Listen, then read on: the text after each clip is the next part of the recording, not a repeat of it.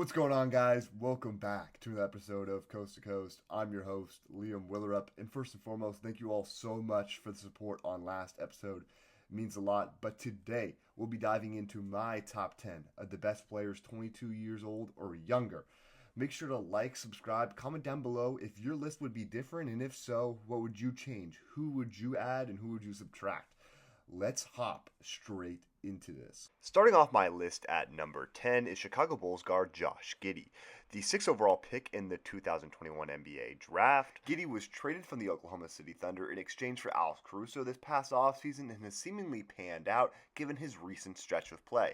Since the All-Star break, Giddey is averaging 23.2 points, 11.2 rebounds, and 8.8 assists as he's flashing signs of being a primary creator for this team that they can have going forward.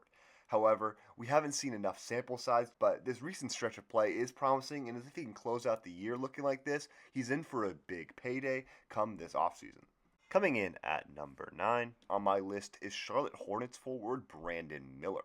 The 2nd overall pick in the 2023 NBA draft, Miller flashed signs in the last 18 games of his season before being shut down, averaging 23.9 points per game and shooting 37.5% from behind the arc. Miller has flashed the tools to be an elite scorer in the NBA someday, but we haven't seen enough sample size, and he's arguably in the worst situation in Charlotte, who's bound for a top 5 pick in this upcoming NBA draft. If they can start to build around this roster and Miller can stay healthy, there's a sign that he's able to end up as a top 10 scorer in the NBA in the near future, but until then, he's ranking here. Coming in at number 8 on my list is Detroit Pistons center Jalen Duren. In these last 10 games with the Pistons during their winning stretch, he's averaging 13.4 points, 11.9 rebounds, and a staggering 4.2 assists per game coming from the center position. If I were to do this list at the beginning of the season, Jalen Duren's probably on the outside looking in, and has been playing well alongside Cade Cunningham being that main big on the roster. There's probably still more room to grow with him, but he's probably going to max out as the DeAndre Jordan type, but that's no problem because he was an All-NBA center when he was at his peak.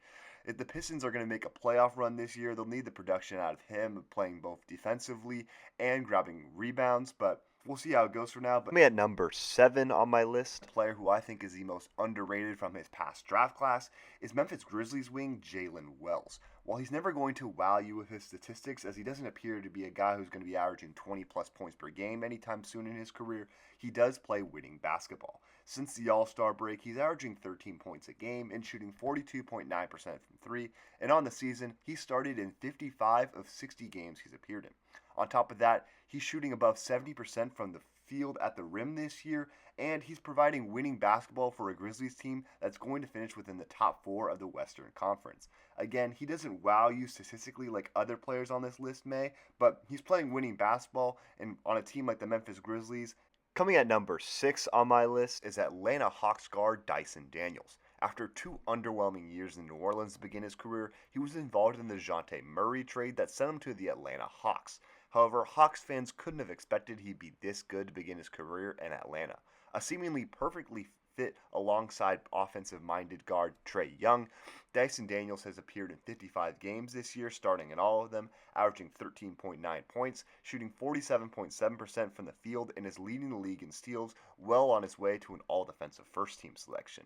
As I mentioned, he still has more room to develop on the offensive end and as a playmaker, but being able to play alongside Trae Young and kind of relieve the defensive duties of him, he's a perfect fit on this roster going forward, and it will be due for a big payday when his contract is up. Given his status as one of the elite defenders in the NBA, he's number 6 on this list. Coming in at number 5 on my list is Houston Rockets gadget guy Amen Thompson. The 4th overall pick in the 2023 NBA draft, there is skepticism whether or not Thompson would translate his game from overtime elite to the NBA. However, this year he's been a standout for this Houston rotation with Ime Udoka, prioritizing defense with the perfect guy for that role. Since moving into the starting lineup, Thompson is averaging 16.4 points and 9.6 rebounds with an ability to defend all around the court. Kind of like a lightning in the bottle guy, the only drawback from him right now is his three-point percentage at 27.4%. However, if you want to get crazy, you can probably draw some comparisons to a young Giannis Antetokounmpo, and at the moment, he probably has the highest ceiling amongst a lot of players in the NBA given his physical tools. Coming in at number 4 on my list is Houston Rockets center Alperen Sengun. earning his first All-Star selection this year. He did take a hit in production, dropping in 2 points per game, while not really changing much in his field goal attempts, and rather dropping his field goal percentage from 53.7 to 48.8. However, he is a staple of this roster going forward, as he's one of the bright young centers in this league, and he's maybe the closest thing to a young Nikola Jokic there is. However, he is a far way to go if he even wants to scrape what Nikola Jokic has done in his career, and we need to see him progress on the defensive end to be able to hold his own against some of the top centers in the NBA when he faces into the playoffs. However, in my eyes, he's a step below this tier of the top 3, and who knows what we may see from him going from the season forward, but as of now, he's number 4 on my list.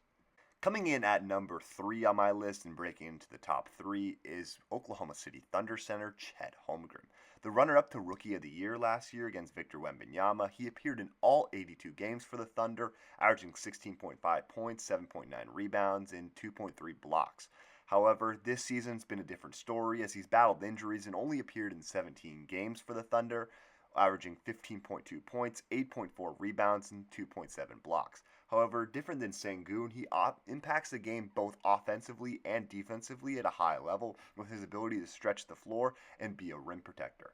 Now playing alongside Isaiah Hartenstein, one of the best defenders in the NBA at the center position, those two should be able to create a force that will be unstoppable come the playoffs if things work in their way.